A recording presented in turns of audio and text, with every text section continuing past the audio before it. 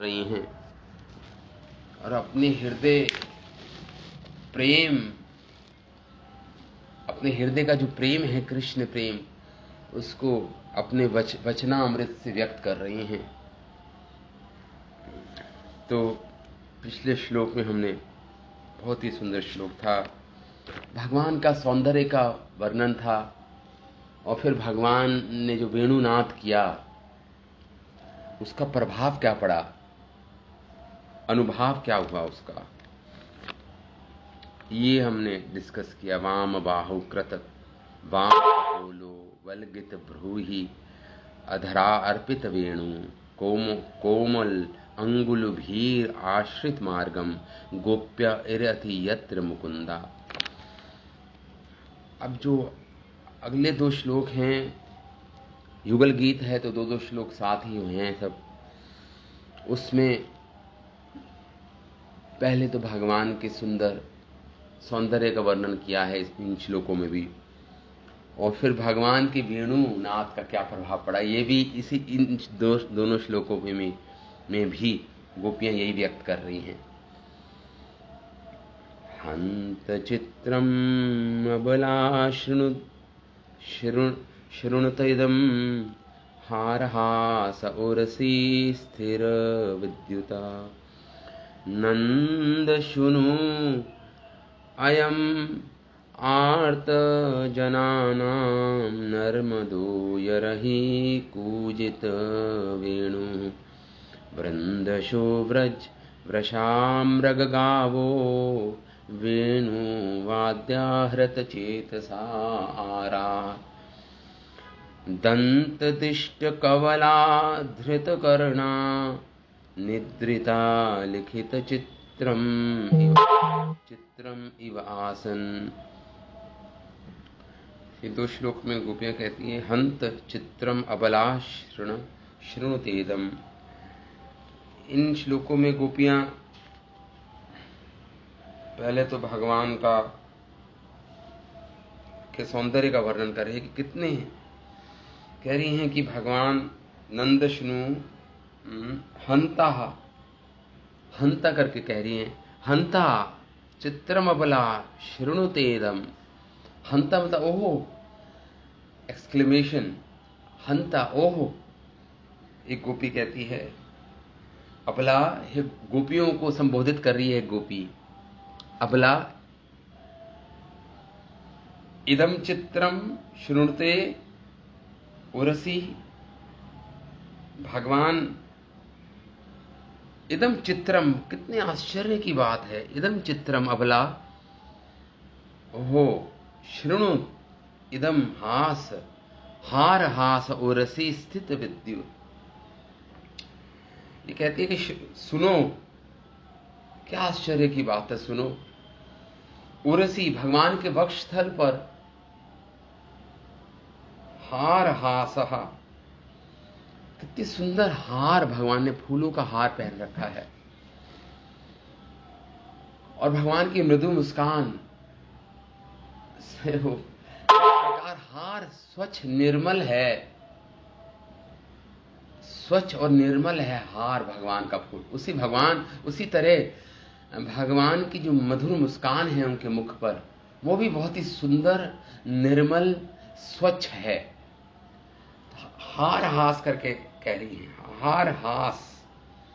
हार का एक और अर्थ होता है, हास मतलब होता है हंसी, भगवान की मुस्कान, और हार का एक और अर्थ होता है पर्यायवाची शब्द, एक और है मनोहर, बहुत सुंदर, मन को हरने वाली भगवान की सुंदर मुस्कान। और हार का अर्थ फूलों का हार भी हो गया। तो जिस प्रकार भगवान की सुंदर मनोहर मुस्कान जो निर्मल करने वाली है, स्वच्छ है, प्रसन्न करने वाली है, आनंद देने वाली है, या भगवान की जो फूलों की माला, क्योंकि भगवान मुख को नीचे करके वेणु वादन कर रहे हैं। पिछले श्लोक में तो भगवान आकाश की ओर देखकर वेणु वादन कर रहे थे। इस श्लोक में भगवान की ग्रीवा मतलब गर्दन नीचे झुकी हुई है, और भगवान की जो भगवान का जो मुख है वो स्पर्श कर रहा है किसको, उनके जो फूलों की जो हार भगवान ने धारण कर रखा है। और इसलिए कह रहे हैं कि भगवान की जो हंसी है और जो उनका जो फूलों की माला है उनके गले में, वो दोनों ही निर्मल, स्वच्छ और आनंद प्रदान करने, प्रसन्न करने वाली हैं। हार हासहा उरसी स्थित वे विद्युत, और भगवान की उरसी मतलब वक्षस्थल पर उसकी तुलना कर रहे हैं मेघ के समान, नव निर्मित मेघ बादलों की तरह हैं, और उस पर विद्युत मतलब बिजली चमक रही है। वो है कौन? श्रीवत्स के रूप में भगवान ने वक्षस्थल पे धारण कर रखा है। किसको? लक्ष्मी जी को श्रीवत्स के रूप में। आगे तो मैं बताऊंगा आपको कैसे लक्ष्मी जी भगवान के वक्षस्थल पे विराज रही हैं, और वो चमकता है, वो स्वर्ण रेखा है भगवान के वक्ष, स्वर्ण रेखा या स्वर्णिम। भगवान के जो केश, जो छाती पर जो बाल होते हैं, वो एक लाइन है भगवान के वक्षस्थल पर, एक पंक्ति है स्वर्ण रेखा के रूप में। वो है स्वयं लक्ष्मी जी जो विराजती हैं भगवान के वक्षस्थल पर। तो यहां पे यही कह रही हैं कि उरसी, मानो भगवान के वक्षस्थल तो मेघ के समान है, उसमें बिजली क्रोंध रही है, वो बिजली मतलब श्रीवत्स है, स्थिर विद्युत, और वो बिजली ऐसी है। देखिए लक्ष्मी जी तो चंचला है, एक जगह नहीं टिकती, लेकिन यहां पर तो जो विद्युत है, ये बिजली है, ये स्थिर है भगवान के वक्षस्थल पर, स्थिर है, स्थिर विद्युत करके कह रही हैं गोपियां। नंद शुनूर आर्त जनानाम नर्मदो, भगवान को क्या संबोधित कर रहे हैं? नंद शुनु, नंद बाबा के पुत्र। नंद मतलब होता आनंद, जो आनंद दे उसको बोलते हैं नंद।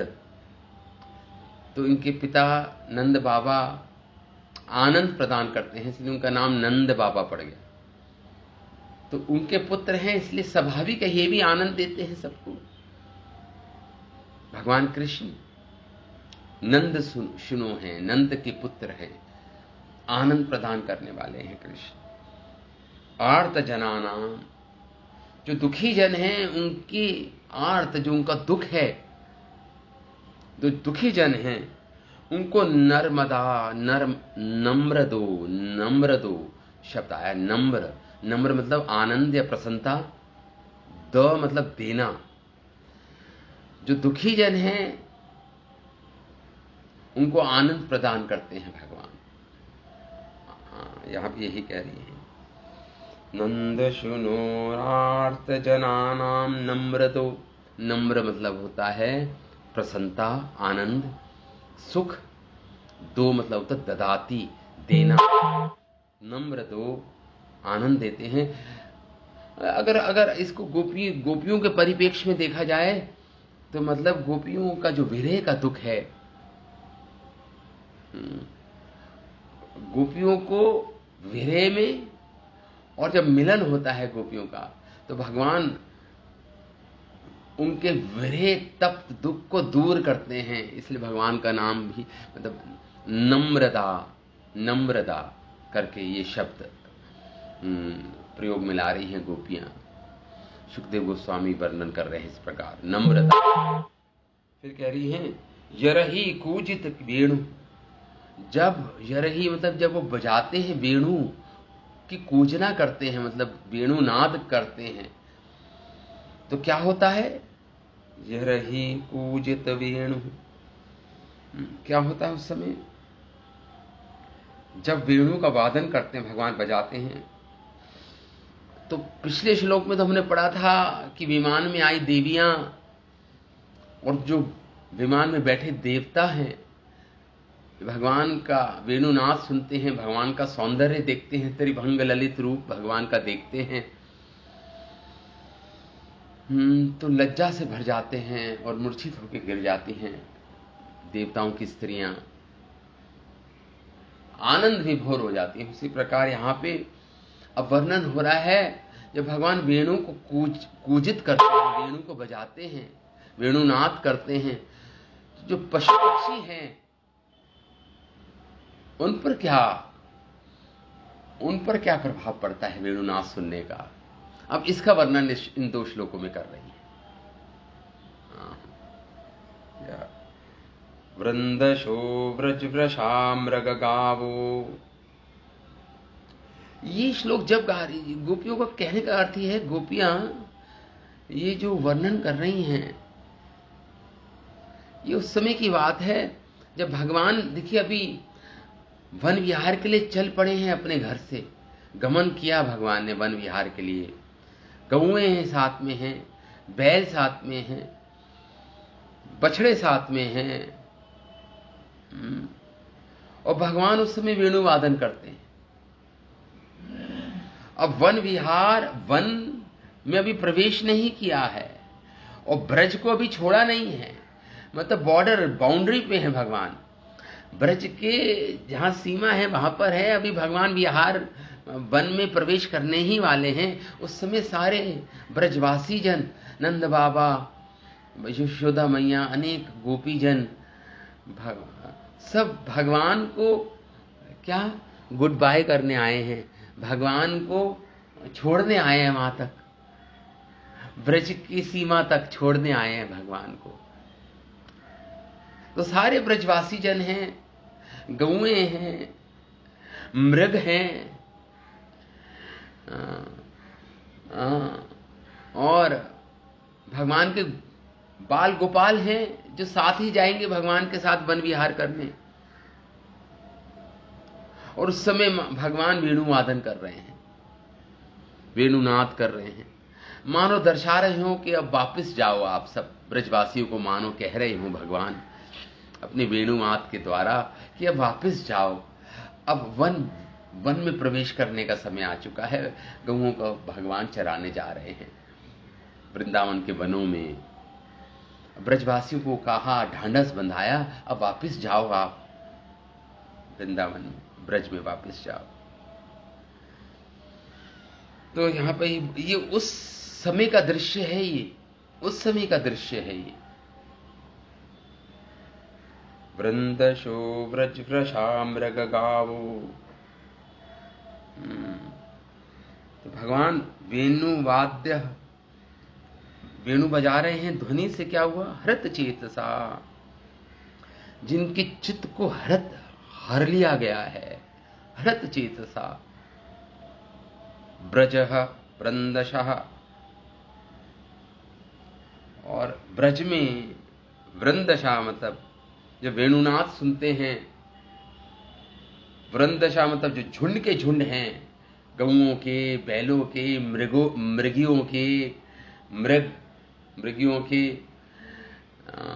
बछड़ों बछड़ियों के झुंड के झुंड वहां पे हैं। उस समय जब वो सुनते तो वो वेणुनाद सुनते हैं तो गोपियां कहती है हृत चेतसा, उनके भी चित्त को चला लेता है वेणुनाद। मृगगावः, हरिणा, गायें, मृगगावः आराततंत दृष्ट, और वो गौएं, वो पशु पक्षी जब घास खा रहे हैं, घास को चबा रहे हैं, दंत दृष्टा, दांतों से काट रहे हैं घास,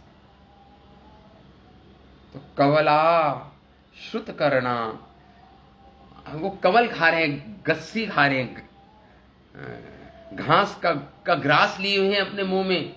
ये पशु गऊएं, विशेषतः गऊएं, बछड़े घास का ग्रास लिए हुए हैं अपने मुख में। कबला धृत करना, जो भगवान ने वेणुनाद किया तो अचानक मतलब अपने कानों को खड़ा कर लिया इन पशुओं में। करना मतलब उनके कर्ण, धृत करना, अपने कानों को खड़ा कर लिया इन्होंने, कानों को खड़ा किया। और निद्रिता लिखित चित्रम इव आसन, जो चबा रहे थे घास का कवल, वो चबाना रुक गया अचानक, कान खड़े हो गए। और जब भगवान की वेणुनाद को सुना तो मानो सो गए हों, निद्रित हो गए हों। यहां पे शब्द निद्रिता लिखित चित्रम इव आसन, मानो सो से गए हों, बिल्कुल कोई इंद्रियों की कोई हलचल नहीं, कोई क्रिया नहीं, इंद्रियों की सारी क्रियाएं रुक गई।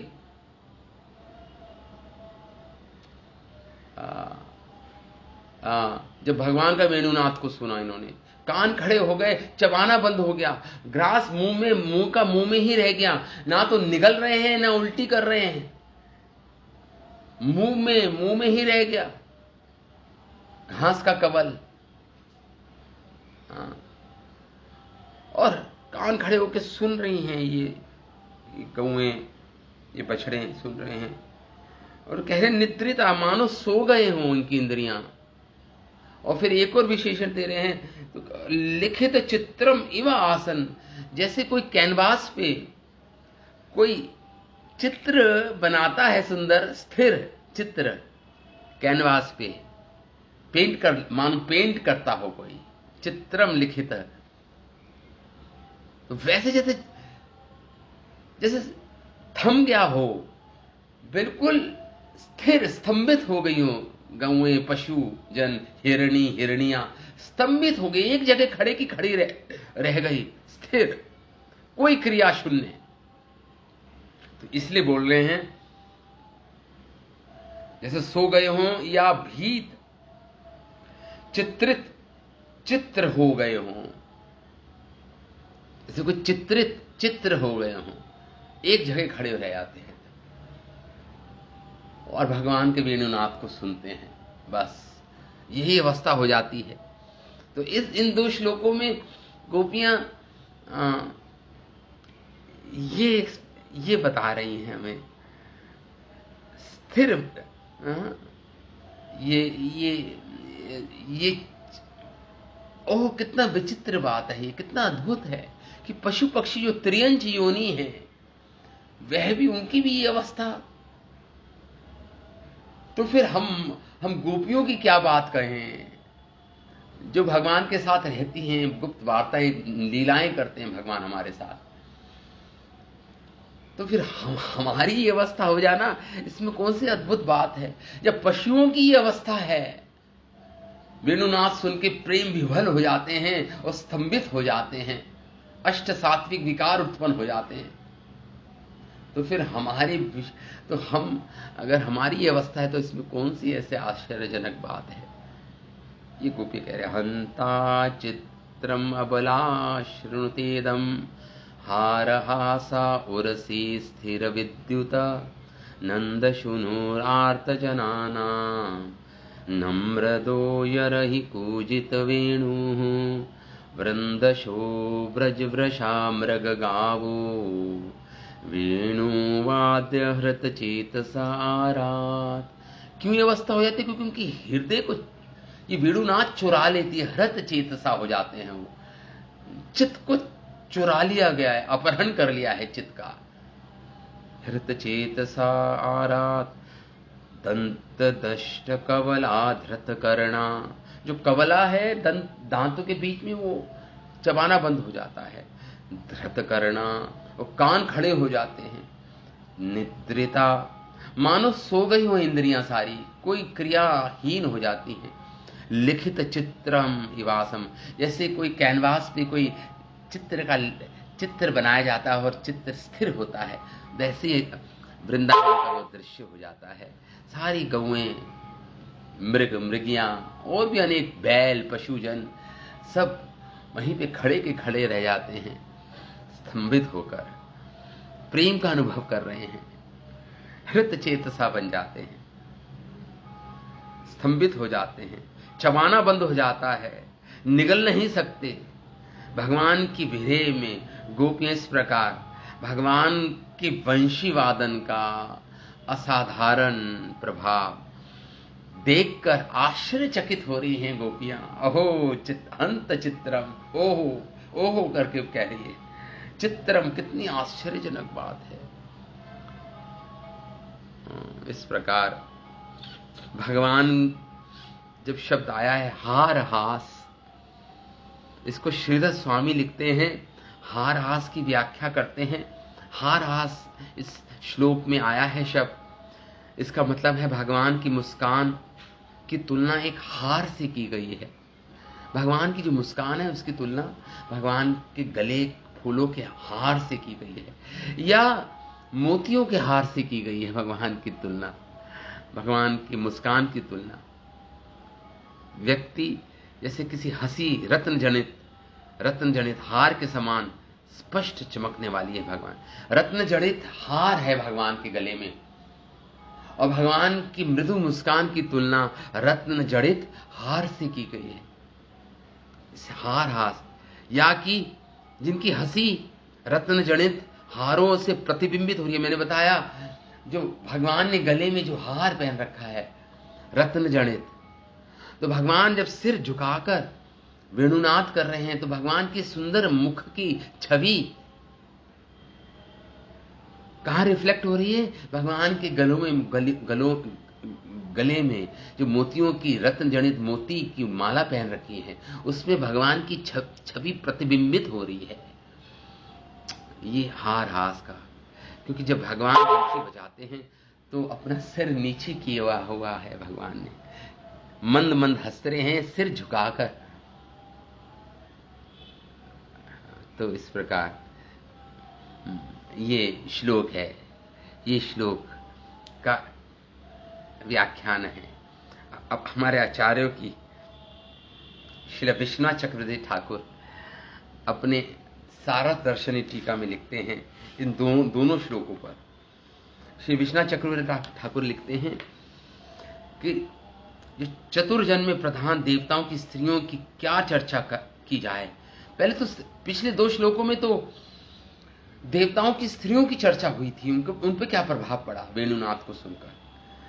लेकिन इस श्लोक में मूढ़ जंतु जब वेणुनाद से मोहित हो जाते हैं उनकी दशा तो सुनो। गोपी कहती हैं उनकी दशा तो सुनो जो मूढ़ जंतु हैं, जन जंतु, वन जंतु हैं। इस प्रकार कोई अन्य युद्ध की गोपी अब कहने लगी, अहो ये कैसा आश्चर्य है जो अद्भुत से भी अद्भुत है। ये भावार्थ है, हे अबलाओं, तुम स्त्रियों की पतिव्रता बल को कृष्ण ने पहले ही चुरा लिया है। इसलिए अबला करके कह रही है एक गोपी दूसरे, ये अबला जिसमें बलहीन है, अबला जिसमें कोई बल नहीं है। इसका अर्थ ये हो गया कि ये अबला, अरे तुम्हारे पतिव्रत धर्म को तो पहले ही कृष्ण ने चुरा लिया है अपनी मोहनीय वेणुवादन, मोहक वेणुवादन से और अपने सौंदर्य रूप माधुरी से। तो इसलिए अबला करके पुकार रही हैं गोपियां। देखो कृष्ण की शोभा, तो देखो वह घनश्याम है, वक्षस्थल भगवान का मेघ से तुलना कर रही है जिसमें, और भगवान की जो हंसी की, जिसमें हार जो है, भगवान अगर बादल हैं तो आपने देखा होगा कभी कभी एक पंक्ति में बगुले उड़ते हैं आसमान में, एक पंक्ति में पक्षी उड़ते हैं, बगुले उड़ते हैं ना, एक ही पंक्ति में पंक्ति बनाकर उड़ते हैं, बिल्कुल एक कोहरेंट, एक साथ बिल्कुल, जिसमें बगुलों की हार जैसी पंक्ति के समान कृष्ण की हंसी, उस प्रकार भगवान की हंसी प्रकाशित हो रही है। जैसे बगुले एक साथ उड़ते हैं ऐसे भगवान के दंत हैं, दांत हैं, जिसको भगवान दिखा रहे हैं मुस्कान के द्वारा। बगुलों की जैसे पंक्तियां उड़ती हैं मेघ के अंदर आसमान में, तो भगवान का वक्षस्थल आसमान की तरह या आकाश की तरह या बादलों की तरह घनश्याम है भगवान, और भगवान के दांतों की पंक्तियां, भगवान की मुस्कान, मान लो बगुलों की पंक्तियां जो एक साथ उड़ रहे हो, उनके ऐसे मेघ के समान वक्षस्थल पर कौन विराज रही हैं? श्री वत्स, लक्ष्मी जी की रेखा स्थिर है, बिजली के समान सुशोभित है। विद्युत बिजली के समान लक्ष्मी जी शोभित है भगवान के वक्षस्थल पर। इस प्रकार कृष्ण का मेघ के समान वक्षस्थल हास रूपी बक पंक्ति, बक मतलब बका, बक मतलब बगुले, हास रूपी बंग पंक्ति और श्रीवत्स भगवान के वक्षस्थल पर विद्युत बिजली के समान भासित हो रहा है। गोपियां कह रही हैं, जिसने आपके पतिव्रत्या जो ग्रीष्म ऋतु है उसका नाश कर दिया। पतिव्रता धर्म की तुलना ग्रीष्म ऋतु से कर रहे हैं, गर्मी की ऋतु से कर रहे हैं। उस ग्रीष्म ऋतु का नाश कर दिया भगवान ने, उस घनश्याम ने। इस ऐसे नंदनंदन, इसलिए तुम जैसी अबलाजनों को सारे समाज के द्वारा किए गए उपहास का पात्र बना रहे हैं। भगवान, हे अबलाओं, तुम उपहास की पात्र बन गई हो ब्रजवासियों के लिए। तुम्हारे पतियों के द्वारा, ससुर, तुम्हारे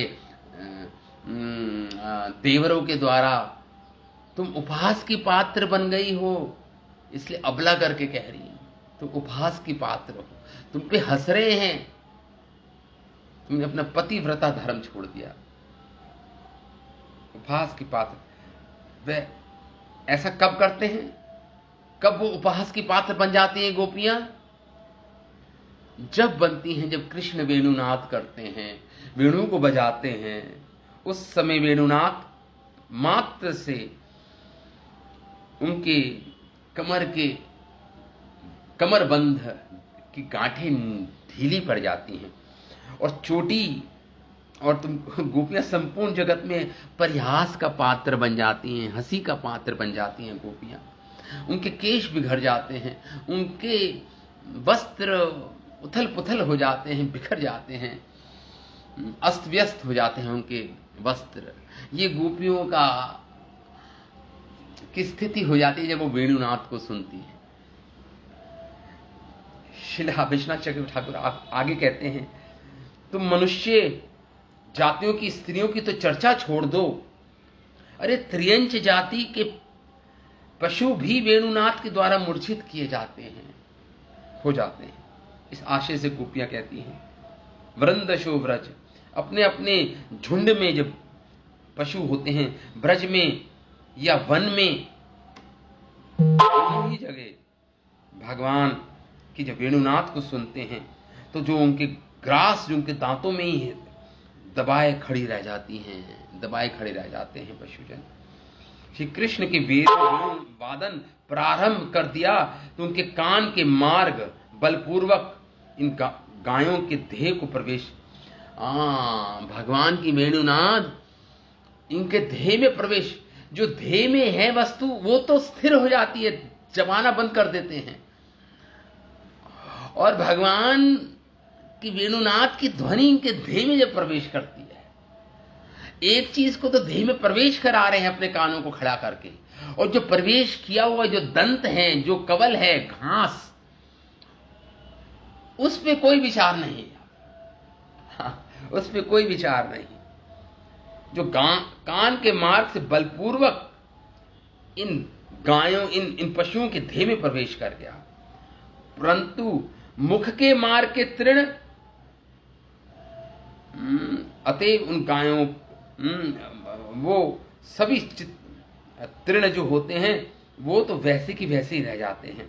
ग्रास देह के भीतर प्रवेश, वो देह के भीतर प्रवेश नहीं कर पाती। ग्रास चबा रहे हैं, ग्रास को अंदर निगल नहीं रहे, वो तो नहीं प्रवेश कर रही, लेकिन भगवान की वेणुनाथ की ध्वनि प्रवेश, उसको प्रवेश करा रहे हैं अपने कानों को खड़ा कर कर ये पशु। इस प्रकार व्याख्यान करते हैं श्रील विश्वनाथ चक्रवर्ती ठाकुर।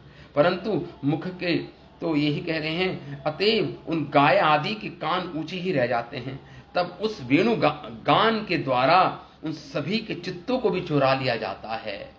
हरत चेतसा शब्द आया है श्लोक में, इसलिए अन्य सभी इंद्रियों के व्यापार रुक जाते हैं और वो ऐसा लगता है मानो सो गए हों, सबके सब निद्रित अवस्था, निद्रा अवस्था में आ गए हों सब। इसलिए तृण के ग्रास दांतों में ही उलझ जाते हैं और पृथ्वी पर नहीं गिरते। ना उगलती हैं ना निगलती हैं। तत्पश्चात ये संचारी भाव, इसे बोलते हैं संचारी भाव। संचारी, एक संचारी भाव होता है, एक होता है स्थाई भाव। स्थाई भाव होता है जो परमानेंट वो भाव रहता है। जैसे कोई भक्त दास भाव का भक्त है, कोई साख्य भाव का भक्त है, कोई माधुर्य भाव का भक्त है। ये भाव उनका स्थाई है, हमेशा रहता है ये भाव, उस भाव में भक्त जन रहते हैं। लेकिन एक होता संचारी भाव, अचानक समुद्र में जैसे लहरें उठती हैं और फिर विलुप्त हो जाती हैं, इसी प्रकार संचारी भाव एक भक्त के हृदय में उठता है और विलुप्त हो जाता है। तो ये संचारी भाव हो गया, ये उत्पन्न हो गया इन पशुओं में भी भगवान का वेणुनाद।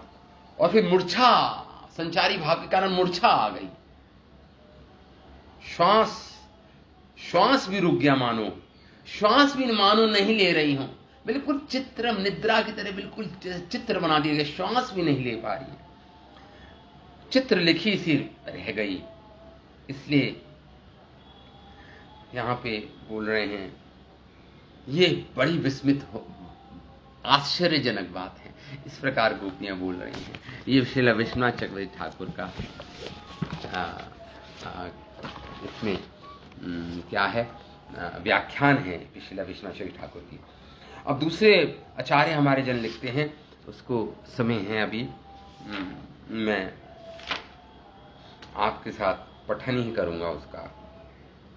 श्रील जीव गोस्वामी लिखते हैं कि जो ये भगवान वहां पे असंख्य गायें एकत्रित हैं वन के मृग आदि को आनंद देने के लिए, और अपने स्नेह में बंधे पीछे पीछे माता पिता आत्मीय स्वजन आदि गोपी गोपियों को सांत्वना देकर वापस भेजने के लिए भगवान ने वेणुवादन किया। उस वेणुवादन को सुनकर गोपियों की तो बात ही दूर, ब्रज में और वन में स्थिर त्रियंच जाति पशु की भी उनको भी मोह हो जाता है। उसी का वर्णन इन 2 श्लोकों में किया गया है। इस प्रकार जीव गोस्वामी लिखते हैं। इन 2 श्लोकों में सनातन गोस्वामी इस प्रकार व्याख्या करते हैं। सनातन गोस्वामी हमारे, उनकी व्याख्या क्या है इन 2 श्लोकों पर। कोई गोपबाला अपनी सखी से कह रही है, हे अरे अबला का संबोधन यही तात्पर्य यही है कि वेणुनाद सुनकर तुम लोग प्रेम विभल हो जाती हो, तुम्हारी इंद्रियां शक्तिहीन हो जाती हैं, तुम लोगों की बात दूर, पहले वेणुवादन करके कृष्ण की शोभा विशेष का वर्णन करती हैं। वेणुवादन तो कर रहे हैं, अब कृष्ण की शोभा, कृष्ण का सौंदर्य का वर्णन करते हैं श्लोकों में। उरसी स्थिर विद्युत, श्री कृष्ण मेघ की गोद में रह, श्री कृष्ण के वक्षस्थल पर स्थिर विद्युत की तरह लक्ष्मी जी शोभा पा रही है, मैंने बताया आपको। किंतु वे स्थिर नहीं है, चंचला है।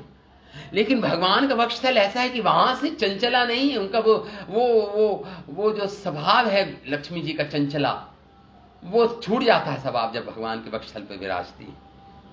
यदि वह मेघ की गोद में स्थिर होती हैं तो उसकी शोभा और बढ़ जाती है, उस श्री लक्ष्मी जी की शोभा और बढ़ जाती है। लक्ष्मी जी विद्युत की तरह चंचला हैं, एक स्थान पर स्थिर नहीं रहती, पर वह कृष्ण के वक्षस्थल पर स्थिर होकर विराज रही हैं। वे कृष्ण की चरण रेणु की लालसा से बेलवन में आज भी तपस्या कर रही हैं। 12 वनों में से एक वन है बेलवन। कृष्ण के वक्षस्थल पर आने के लिए तपस्या की उन्होंने, गोपी बनने के लिए तपस्या की थी एक्चुअली लक्ष्मी जी ने, और भगवान के चरण रेणु की प्राप्ति चाहती हैं इसलिए तपस्या की, पर उस चरण रेणु को स्पर्श करने का अधिकार नहीं पा सकी लक्ष्मी, इसलिए वक्षस्थल पर ही विराज रही हैं भगवान की। चैतन्य चरितमिता का श्लोक है, गोपी अनुगति विना ऐश्वर्य ज्ञाने, ये पद्म पुराण में आता है। ये तो खैर चैतन्य चरितमिता का श्लोक है। पद्म पुराण में इस प्रकार वर्णन है कि गोपी भाव भगवान के चरणों की धूलि का स्पर्श प्राप्त करने के लिए लक्ष्मी जी बेलवन आई, ब्रज में आई और तपस्या की उन्होंने। भगवान उनकी तपस्या से प्रसन्न हुए, प्रकट हुए लक्ष्मी जी के समक्ष, और लक्ष्मी जी ने क्या इच्छा, अपनी अभिलाषा व्यक्त की भगवान से। क्या वर मांगा, हे प्रभु मुझे ब्रज गोपियों का भाव दे दो, मुझे गोपी भाव दे दो आप। मैं आपकी महारास में और आपके चरणों की धूलि का स्पर्श प्राप्त करना चाहती हूं, जैसे इन गोपियों का भाग्य है। मैं भी अपना भाग्यवान होना चाहती हूं गोपियों की तरह। भगवान ने कहा असंभव और कोई वर मांगो लक्ष्मी, यह असंभव है, क्योंकि तुम लक्ष्मी हो, तुम्हारा भाव ऐश्वर्य भाव है। और अगर गोपी के भाव को प्राप्त करना है तो तुम्हें अपना ऐश्वर्य भाव छोड़ना होगा और माधुर्य भाव में प्रवेश करना होगा। तुम्हें अपना भाव बदलना होगा, वो संभव नहीं। लक्ष्मी मतलब ऐश्वर्य, तो लक्ष्मी का ये जो स्थायी भाव ही है ऐश्वर्य भाव, ये माधुर्य भाव में प्रवेश नहीं कर सकती लक्ष्मी। माधुर्य भाव नहीं है लक्ष्मी जी का। तो यहां भी यही बोल रही हैं। यहां पे पद्म पुराण में आता है, भगवान ने कहा नहीं, संभव नहीं। तो लक्ष्मी जी ने ये इच्छा व्यक्त की, हे कृष्ण, मुझे अपनी वक्षस्थल पर स्थान प्रदान करो प्रभु। मुझे अपने वक्षस्थल पर, आपके वक्षस्थल पर विराजना चाहती हूं। तो भगवान ने कहा तथास्तु, ये संभव है। और इसलिए भगवान के वक्षस्थल पर एक स्वर्णिम रेखा के रूप में, जिसे श्री वत्स बोलते हैं, लक्ष्मी जी विराज रही हैं। श्री कृष्ण के वक्षस्थल पर विराज रही हैं। तो यहां पर इसलिए चैतन्य चरितमिता का ये चौपाई है, गोपी अनुगति विना ऐश्वर्य ज्ञाने, भजिले हो नाही पाए ब्रजेंद्र नंदने। अरे गोपी भाव अनुगति बिना ऐश्वर्य ज्ञाने, गोपी भाव को प्राप्त किए बिना ऐश्वर्य ज्ञान से वो ब्रजेंद्र नंदन कृष्ण की प्राप्ति नहीं हो सकती। वो ब्रज के ब्रजेश आराध्यो भगवान ब्रजेश तद्धामा वृंदावनम। एक श्लोक आता है, रम्या काचित उपासना ब्रजवधूर वल्गेन च कल्पिता। ये ब्रज वधू ही, ये गोपांगनाएं, ये गोप बालाएं, ये श्रीमती राधा रानी ही ब्रज भाव में जिनका माधुर्य भाव है, वही ब्रजेंद्र नंदन कृष्ण की प्राप्ति कर सकती हैं। स्वयं लक्ष्मी देवी नहीं कर सकती ब्रजेंद्र नंदन कृष्ण की प्राप्ति।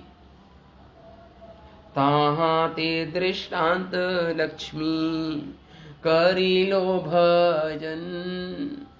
इस ब्रजेंद्र नंदन की प्राप्ति के लिए लक्ष्मी जी ने भजन किया बेलवन में आकर। तथापि ना पाइलो ब्रजे ब्रजेंद्र नंदन, फिर भी ब्रजेंद्र नंदन की प्राप्ति नहीं हुई लक्ष्मी जी को। देखिए, यही इसलिए कह रही हैं यहां पे गोपियां, गोपियों का भाव विशुद्ध है, माधुर्यमय भाव है गोपियों का। तुम्हारे लिए ब्रज भाव से सेवा प्राप्त करना दुराशा को छोड़कर और कुछ नहीं। भगवान कहते हैं लक्ष्मी जी को, श्री कृष्ण की बातें सुनकर लक्ष्मी जी उदास हो गई और फिर भगवान ने वक्षस्थल पर स्वर्ण रेखा के रूप में वास कराया लक्ष्मी जी को अपने वक्षस्थल पर। तो माधुर्यमयी गोपी भाव की आवश्यकता है, माधुर्य होना चाहिए भाव। और ये एक प्रकाश ब्रज, उधर श्री कृष्ण जब, और इधर देखिए जब भगवान ब्रज में स्वाधीन है, राधा रानी किस स्वाधीन स्वाधीन भद्र का है भगवान, स्वाधीन है राधा रानी के प्रेम में, गोपियों के प्रेम में। तो जब राधा रानी के चरणों में ये क्या आलात लगाते हैं, आलता लगाते हैं, मतलब कुमकुम लगाते हैं। आलता एक लेप होता है, स्वयं राधा रानी के चरणों में भगवान कृष्ण लगाते हैं आलता, गीला फ्रेश बिल्कुल आलता लगाते हैं, ताजा गीला आलता लगाते हैं राधा रानी के चरणों में। और जब राधा रानी अपने चरण और अपने उस आलता लगा के राधा रानी के चरणों में उस श्री जी के चरणों को अपने वक्षस्थल पर लगा देते हैं भगवान, वक्षस्थल पे लगा देते हैं भगवान, स्पर्श कराते हैं अपने वक्षस्थल को, श्री राधा रानी के चरणों को। तो जो आलता होता है राधा रानी के चरणों में जो लेपन किया गया भगवान कृष्ण के द्वारा, वो आलता से जो लक्ष्मी जी की जो विराज रही हैं श्री वत्स के रूप में स्वर्णिम रेखा, वो आच्छादित हो जाती है, वो भी क्या हो जाती है, ढक जाती है। वो श्री वत्स स्वर्णिम रेखा श्री राधा रानी के चरणों की आलता के चरणों के आलता से ढक जाती है। इसलिए चैतन्य में श्लोक आता है ये। और वो स्वर्णिम रेखा कमला, जो कमला है श्रीमती लक्ष्मी देवी, उनका नाम कमला भी है, वो राधा रानी के चरणों की आलता से लाच्छादित हो जाती हैं, ढक ली जाती हैं। इसलिए महाप्रभु ने कहा है चैतन्य चरितामृत में, महाप्रभु स्वयं कहते हैं, कृष्ण नारायण जे छे एक ही स्वरूप, गोपी लक्ष्मी वेद नाई है एक रूप। भगवान कह रहे हैं महाप्रभु कि देखो जैसे कृष्ण और नारायण एक ही है, एक ही रूप है, कोई अंतर नहीं कृष्ण नारायण में, और उसी प्रकार गोपियों और लक्ष्मियों में कोई भेद नहीं,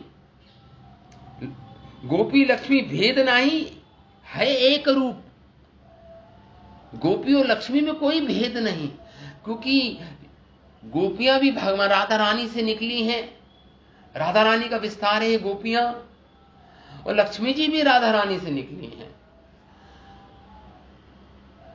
गोपी द्वारा लक्ष्मी करे कृष्ण संगास्वाद। महाप्रभु कहते गोपियों के द्वारा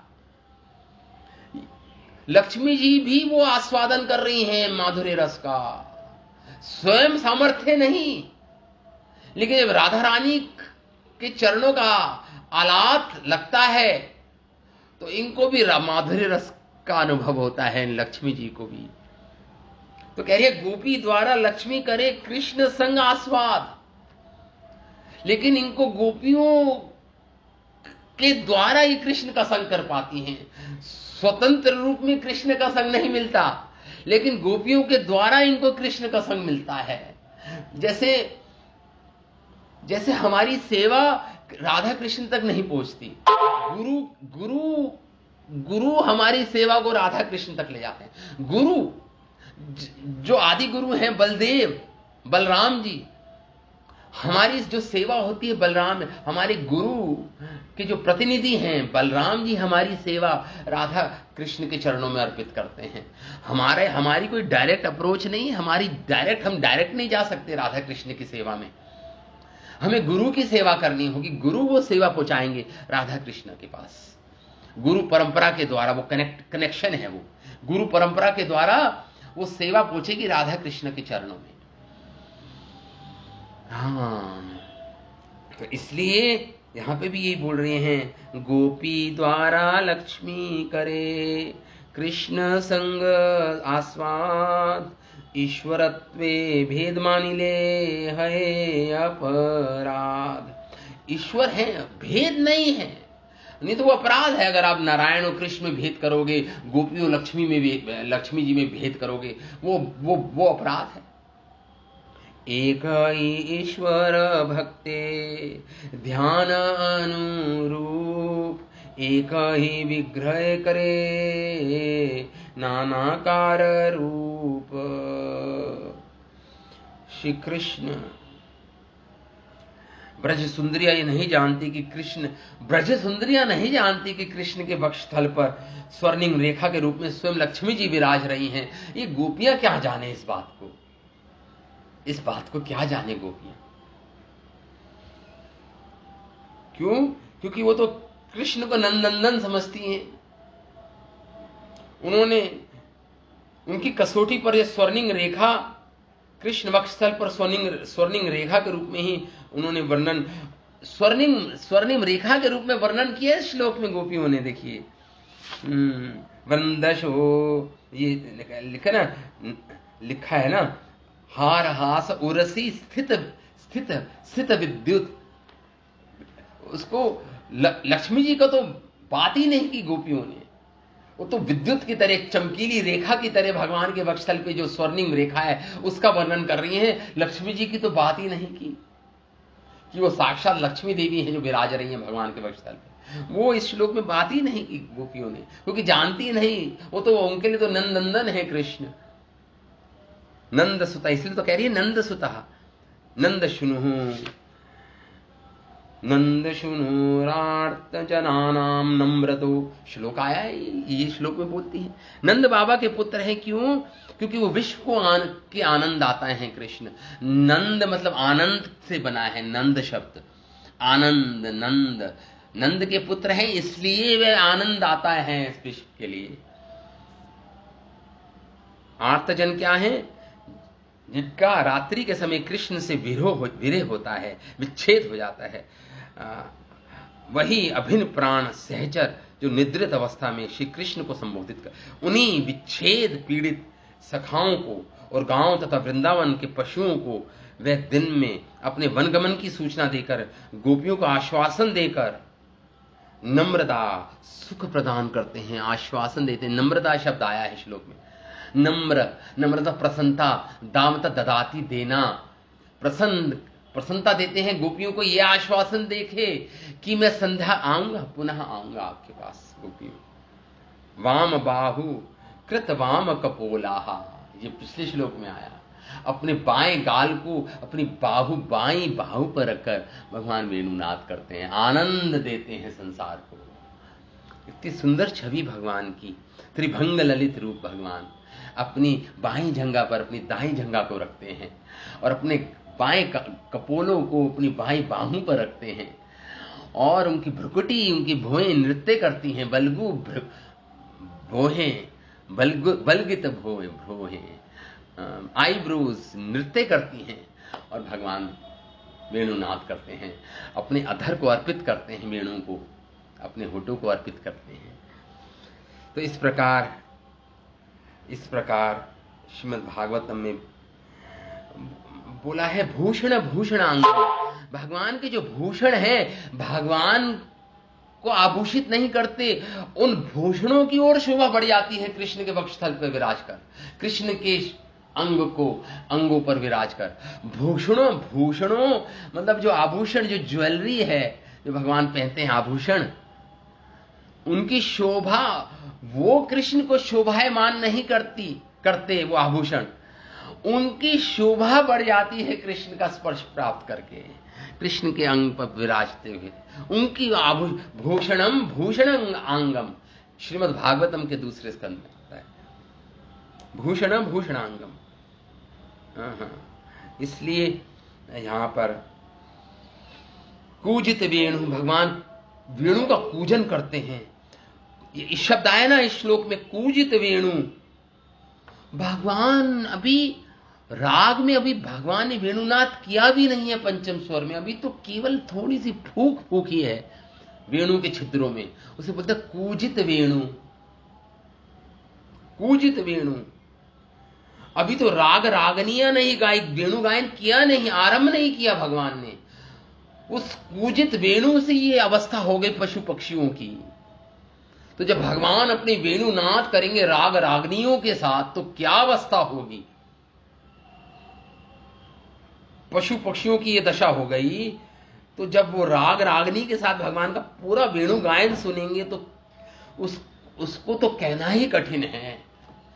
गोपियां कह रही हैं वृंदशो व्रज वृषा मृग गावः, व्रज में और वन में जो मृग, गायें, मृग सभी, और वत्सरी बछड़ियां और बछड़े मां से अलग जाकर चढ़ते हैं, और कभी कभी जन्म बछड़े जो सभी वेणु के शब्द से मोहित हैं, सभी पशु मोहित हो जाते हैं। उनकी वेणु रव मात्र से सर्वदा परम आनंद का उद्वेग होता है, इतना आनंद अनुभव करते हैं। उस जुगल में दो बार इस श्लोक में बात है। इसका कारण यह है कि जिन पशुओं ने श्री कृष्ण का रूप नहीं देखा, केवल वेणु शब्द सुना है, वे हृत चेता हो जाती हैं, उनका चित्त आकृष्ट हो जाता है। इसलिए यहाँ पे यही 2 श्लोक दर्शा रहे हैं भगवान। उनकी अवस्था विवेकहीन हो जाती है, कोई सुध बुध नहीं रहती उनको भी। अथवा ये अर्थ हो सकता है कि वेणुमानंद के आरंभ मात्र से पशु पक्षी हृतचित हो जाते हैं, सोचने लगते हैं कि इससे अधिक सुनेंगे तो हमारी तो मृत्यु हो जाएगी, पशु ऐसा सोचते हैं। जब इतना वेणु नाद को सुनकर, कूजत वेणु को सुनकर वो हृत चेतसा हो जाते हैं, तो जब वेणुनाथ को सुनेंगे तो क्यों मूर्छित नहीं होंगे। तो वो तो कहते हैं उनको भय कि हमारी संसार दावार ललित लोका त्रणाय कारुण्य घना घनात्यम संसार दावार ललित लोका त्रणाय कारुण्य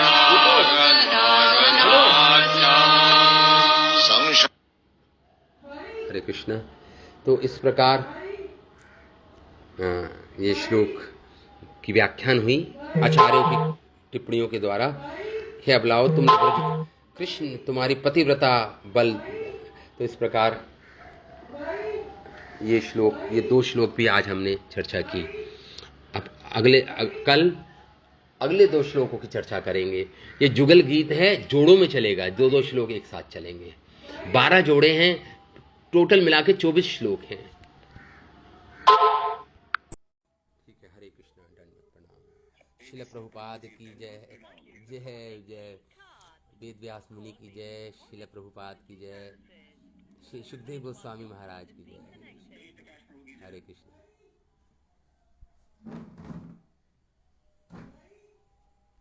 हाँ, क्या हो गया? आपके द्वारा डायल किया गया नंबर अभी व्यस्त है, कृपया कुछ समय पश्चात प्रयास करें।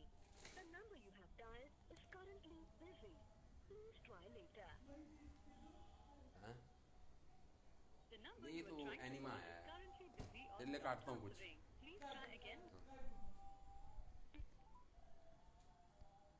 है या उत्तर नहीं दे रहा है, कृपया बाद में कॉल करें।